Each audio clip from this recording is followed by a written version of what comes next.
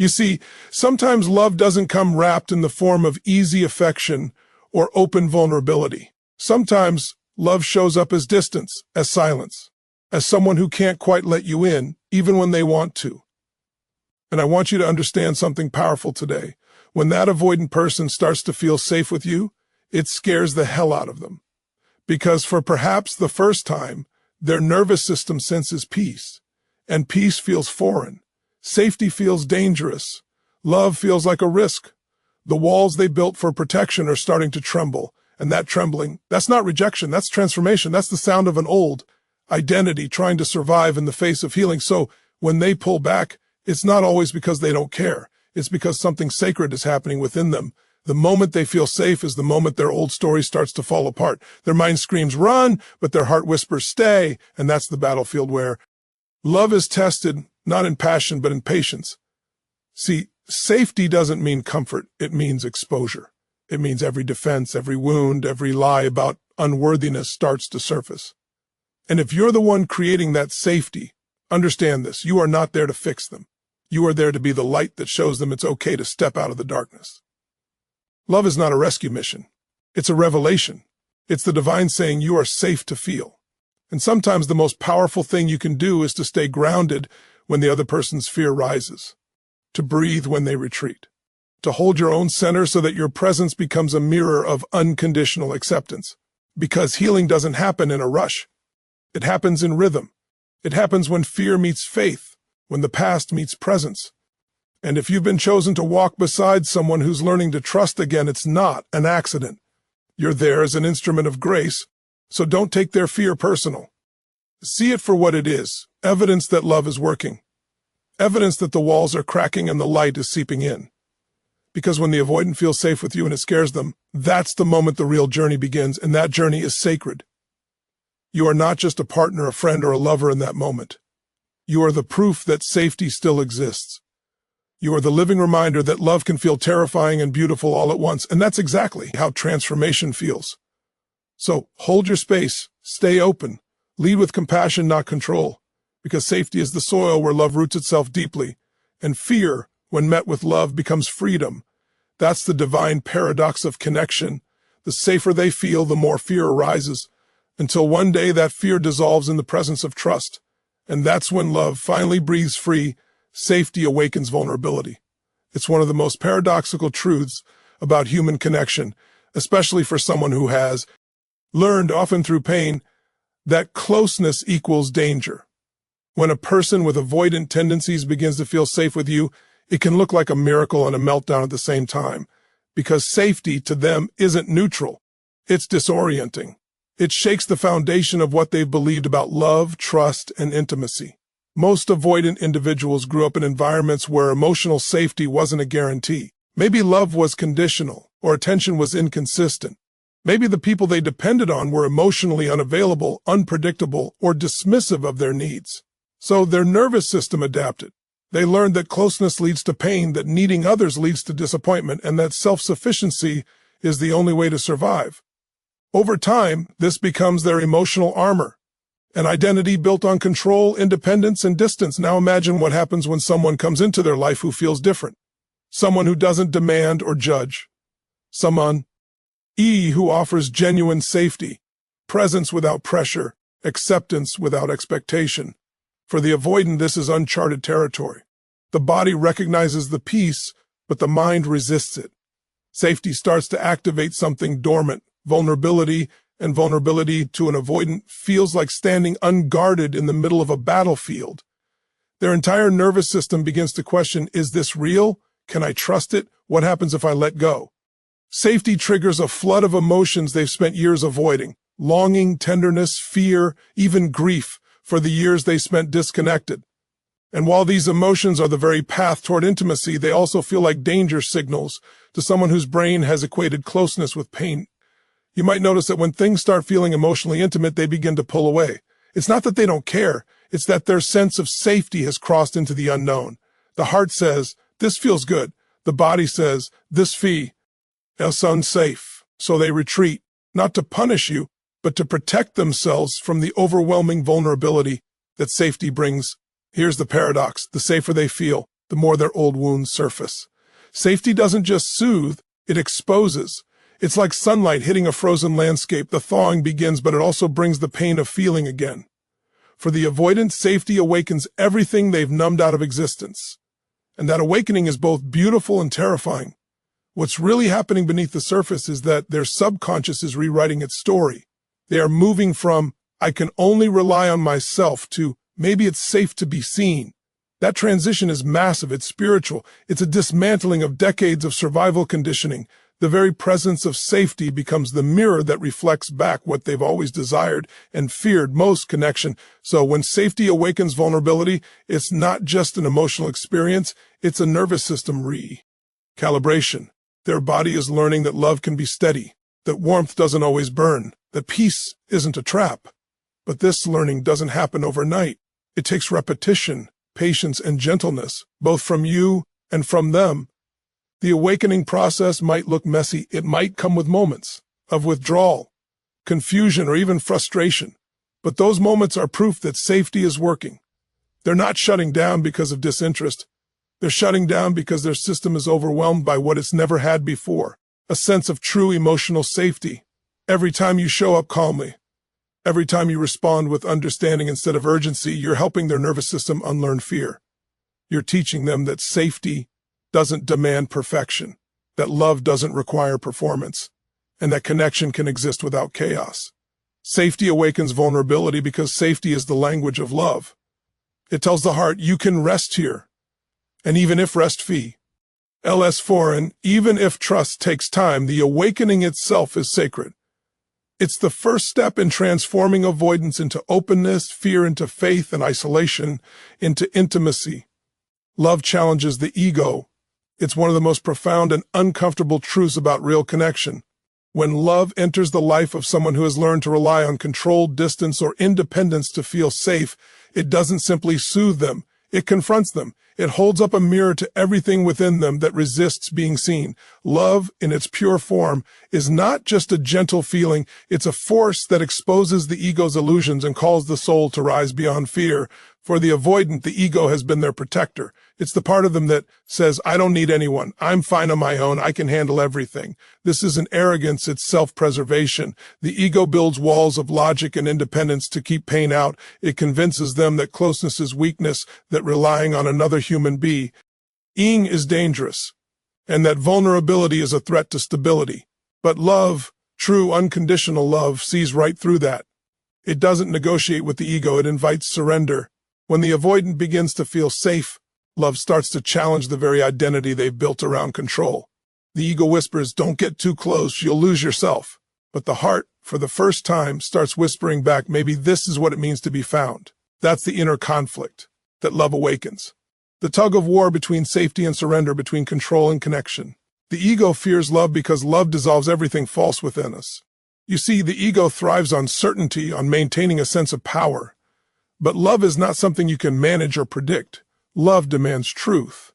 It asks you to be seen in your rawness, to be known in your imperfection, to allow someone to witness both your strength and your fragility. For someone who has spent a lifetime perfecting emotion, distance, this feels like annihilation. And in a way, it's the death of the false self. It's the unraveling of every belief that said, I'm only safe if I'm alone. When love challenges the ego, it doesn't do so to destroy the person, it does so to liberate them. The ego says, protect yourself, but love says, free yourself. And freedom doesn't come from walls, it comes from truth. It comes from the courage to feel without running, to be seen without performing, and to give without fear of losing. That's why love feels so terrifying to the avoidant, because it asks them to release control and trust something greater than the mind, the energy of connection itself. Every time they let someone close, their ego senses danger.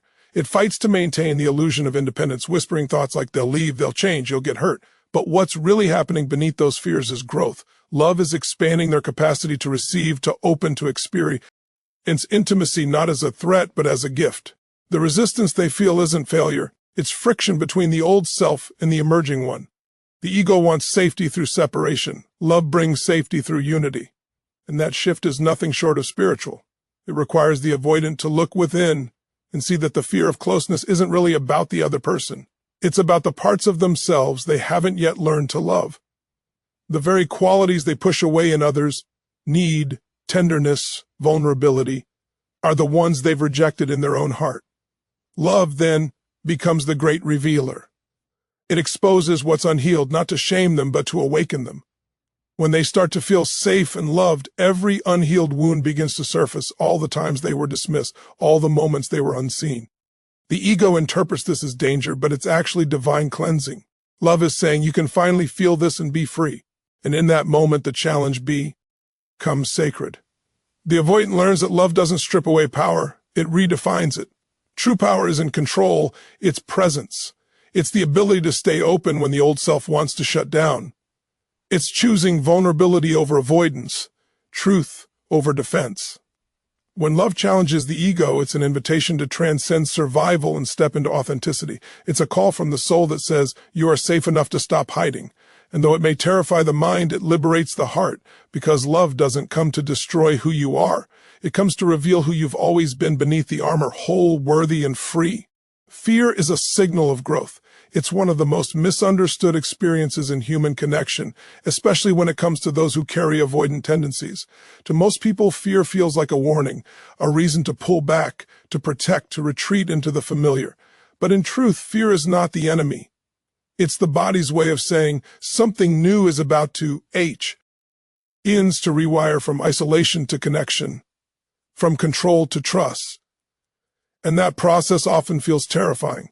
The old identity, the one built on independence and emotional distance, begins to lose its grip. The part of them that learned to survive by staying detached now faces the truth that survival isn't the same as living. Love is asking them to expand, to evolve beyond fear, to open in ways that once felt impossible. So, when they begin to feel afraid just as things are going well, it's not a sign that something is wrong. It's a sign that something new is emerging.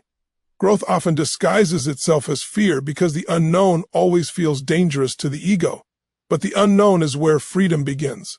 The avoidance fear is the threshold between who they were and who they're becoming. Each time they lean into that fear instead of running, they take another step toward healing. Fear is not a wall, it's a doorway. And love, when it's steady and patient, helps them walk through it. When someone provides a consistent sense of safety, the avoidant learns, slowly, cautiously, that fear doesn't have to dictate their choices. They start to recognize that feeling afraid doesn't mean they're unsafe. It means they're being invited into a deeper truth. Growth always involves risk, and love is the most sacred risk of all. What's powerful about this process is that fear carries wisdom. It shows exactly where healing is needed. The moments that trigger panic, withdrawal, or the urge to escape are the same moments that reveal the edges of transformation. Instead of fighting the fear, the path is to listen to it, to ask, what part of me is afraid, and what does it need to feel safe? That awareness turns fear into fuel. It turns resistance into revelation. When love meets fear with compassion, fear begins to lose its power. The avoidant starts to learn that growth doesn't destroy them, it expands them. They realize that fear isn't punishment. It's proof that they're stepping into something real. Their heart begins to trust the process, understanding that the presence of fear often means they're finally allowing themselves to feel. Every time they choose connection over withdrawal, courage over avoidance, they rewrite their internal story. Fear becomes less of a warning and more of a signal. You're growing, you're healing, you're becoming. And over time, that awareness becomes strength. So the next time fear arises in the presence of love, it can be seen for what it truly is, the body's way of saying, you're on the edge of transformation. Because fear is not the enemy of love, it's the invitation to it. It means that change is happening. It means the old story is ending. And it means that something greater, something freer, is waiting just on the other side. Compassion breaks the cycle. It is the medicine that dissolves the invisible walls between two people, especially when one of them carries the wounds of avoidance. Avoidant behavior often stems from a deep sense of fear and unworthiness, from early experiences that taught the person that closeness leads to pain or rejection. Over time, they learn to disconnect from their feelings, to suppress their needs, to act as if they didn't care. But beneath that calm, distant surface lies a storm of longing, a desire to be seen, held, and accepted without being overwhelmed. Compassion is the force that gently invites them back into connection, without forcing or demanding change when someone has been conditioned to protect. themselves through distance, criticism, or impatience will only reinforce their walls. They've spent years believing that being emotionally open leads to hurt. When they sense pressure or judgment, their defenses activate automatically. But when they are met with compassion, with presence instead of persuasion, something miraculous begins to happen. Compassion communicates safety at a level words cannot reach. It tells the nervous system, you don't have tea. Oh, hide here. Compassion is not pity, and it's not weakness. It is strength guided by wisdom. It's the ability to see beyond a person's behavior into their pain. It's choosing to respond with understanding rather than ego. When we meet avoidance with compassion, we are not excusing it. We are transcending the cycle of fear that keeps both people trapped. Because avoidance doesn't only belong to the avoidant, it also awakens in the person who loves them. Their distance can trigger our own insecurities, our own need for reassurance.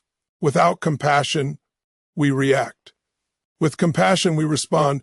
The power of compassion lies in its neutrality.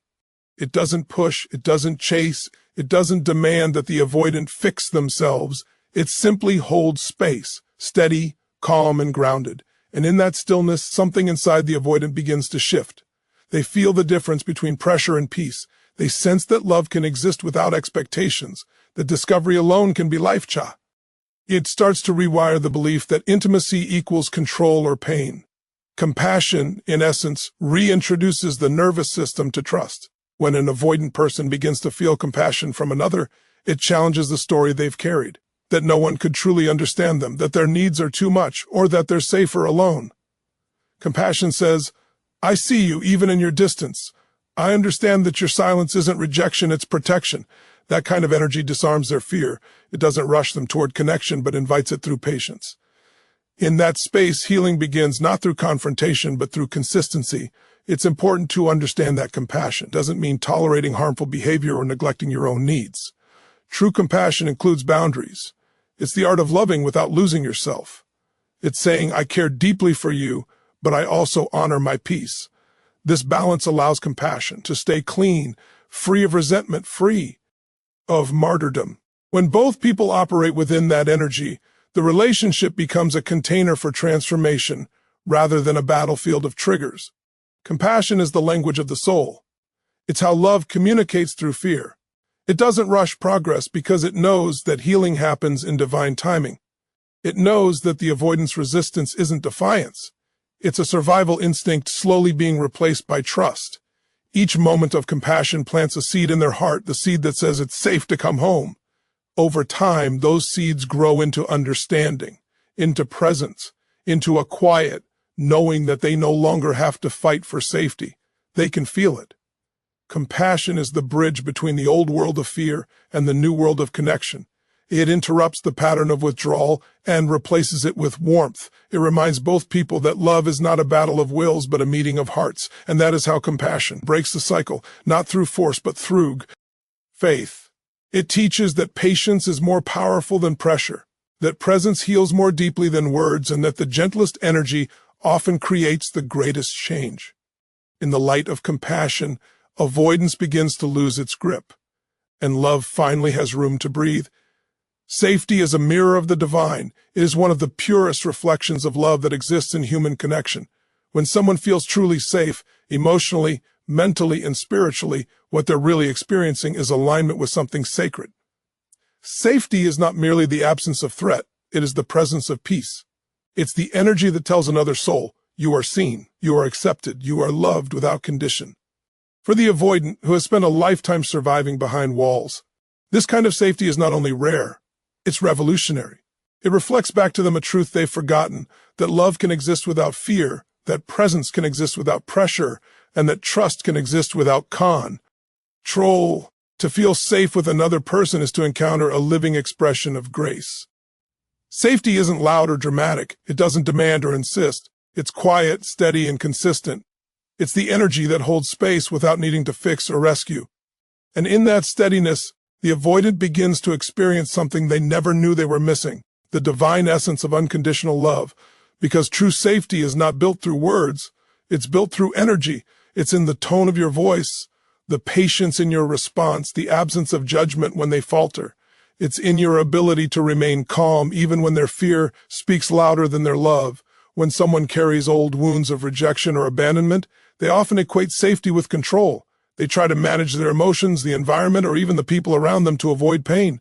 But divine safety is the opposite of control. It's surrender. It's the knowing that you can let go and still be held. This is why safety is a spiritual experience. It reawakens faith, not necessarily in religion, but in connection itself. It whispers to the heart, you don't have to fight anymore, you can rest. The divine mirrors itself through safety because safety allows truth to emerge. When a person feels safe, they no longer need to perform or pretend. Their authentic self begins to rise. The child within them that was once silenced, the emotions that were once denied, the dreams that were once buried under fear. Safety gives them permission to exist as they are, not as they think they need to be. That kind of presence is sacred. It's the same energy that the divine offers through stillness, forgiveness, and love. A quiet assurance that no matter what arises, you are accepted. Creating safety for another person, especially for someone avoidant, requires a deep connection to your own inner peace. You cannot offer safety from a place of chaos. You must first embody it. The divine within you becomes the anchor F, or the divine within them. When your energy says you're safe here, it's not about your words. It's about your vibration. It's your calm that invites their calm. It's your acceptance that allows their defenses to soften. You become the mirror through which they remember their own capacity to feel safe, to love, and to trust. Safety as a mirror of the divine also reminds us that love is not about possession. It's about presence. It's not about changing someone. It's about creating a space where they feel free to change themselves. The divine doesn't demand transformation. It invites it. In the same way, when we offer safety to another, we're saying, you are free to be who you are, and I will not abandon you in your becoming. That is the essence of divine love, the unwavering, patient acceptance that inspires growth through peace, not pressure. For the avoidant, this kind of love is both healing and humbling. It breaks the illusion that they must earn safety, that they must be perfect to be loved. It shows them that love's truest form is not conditional or performative, is steady, quiet, and real. In that revelation, the old beliefs begin to crumble. Safety becomes the mirror that reflects the divine truth back to them. They were never unworthy, never too much, never alone. And in that reflection, the soul remembers. It remembers that love was never meant to be a battlefield, but a sanctuary. Safety is that sanctuary. It's where fear finally exhales, where the heart opens without hesitation, and where the divine presence of love, patient, eternal, and unconditional, reveals itself through the simple act of being there. Patience transcends resistance. It is the quiet power that turns emotional chaos into transformation. For someone with avoidant tendencies, patience is not just a virtue, it's a lifeline. The avoidant moves slowly, cautiously, because their nervous system has been wired to expect disappointment or danger in closeness. They have learned to associate intimacy with loss of freedom, vulnerability with pain. So when they begin to feel safe with someone, their instinct is to resist, to pull away, to test the ground beneath their feet. But patience, consistent, compassionate patience, has the power to dissolve that resistance over time. Patience is not passive. It's not waiting in silence or suppressing frustration. It's active, grounded presence. It's the energy that says, I trust the process, even when I can't see the results yet. The avoidant doesn't respond to force or emotional urgency. Those things only reinforce their fears that connection means control. But patience speaks a different language, the language of love without pressure. It allows space for the avoidant's fear to breathe, to exist without judgment. It shows them that their pacing, their hesitancy, and even their withdrawal do not have to lead to rejection. That realization is healing in itself. Resistance in an avoidant person is not defiance, it's self-protection. It's the body's memory of every time closeness hurt. Patience acknowledges that memory. It doesn't demand that they be different. It simply stays steady in the presence of their fear. Over time, that steadiness begins to rewire the mind. They start to realize that love doesn't always demand performance, that affection doesn't always end in disappointment, and that connection doesn't always require losing themselves. The consistent presence of a patient heart teaches them what words cannot. Safety is real, and it's here. Patience, then, becomes a spiritual practice, one that transcends the need for instant results.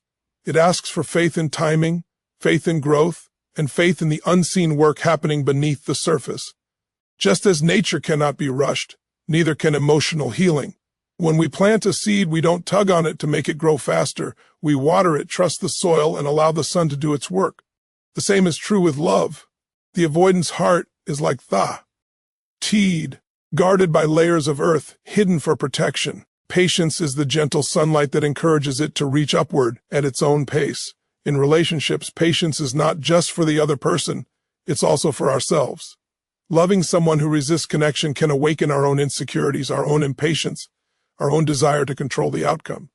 True patience means facing those parts of ourselves too. It teaches us to love without attachment to how or when the other person changes. It asks us to anchor into presence rather than expectation. In doing so, we become a mirror of peace instead of a mirror of pressure. And peace is what allows the avoidant to relax into love. There will be moments when patience feels impossible, when silence feels heavy, when distance feels painful. But those are the moments when patience is doing its deepest work. Because it's in the waiting, in the consistency, that trust is built. The avoidant begins to see that your love doesn't vanish, in they retreat, that your warmth doesn't depend on their behavior.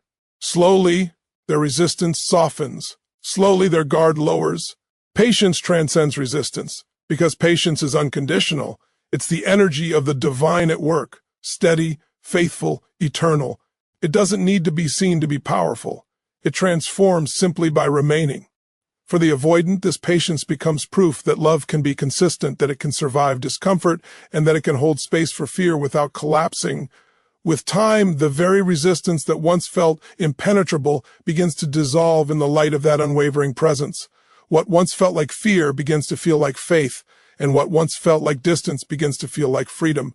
Not the freedom of avoidance, but the freedom to love and be loved without fear. That is the quiet miracle patience brings. It doesn't force transformation. It allows it. It doesn't rush the journey. It sanctifies it.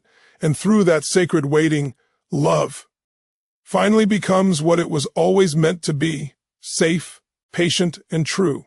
Thank you for sharing the space of growth and reflection with me. Your openness made it powerful. Goodbye for now. And may your journey forward be guided by peace, courage, and love.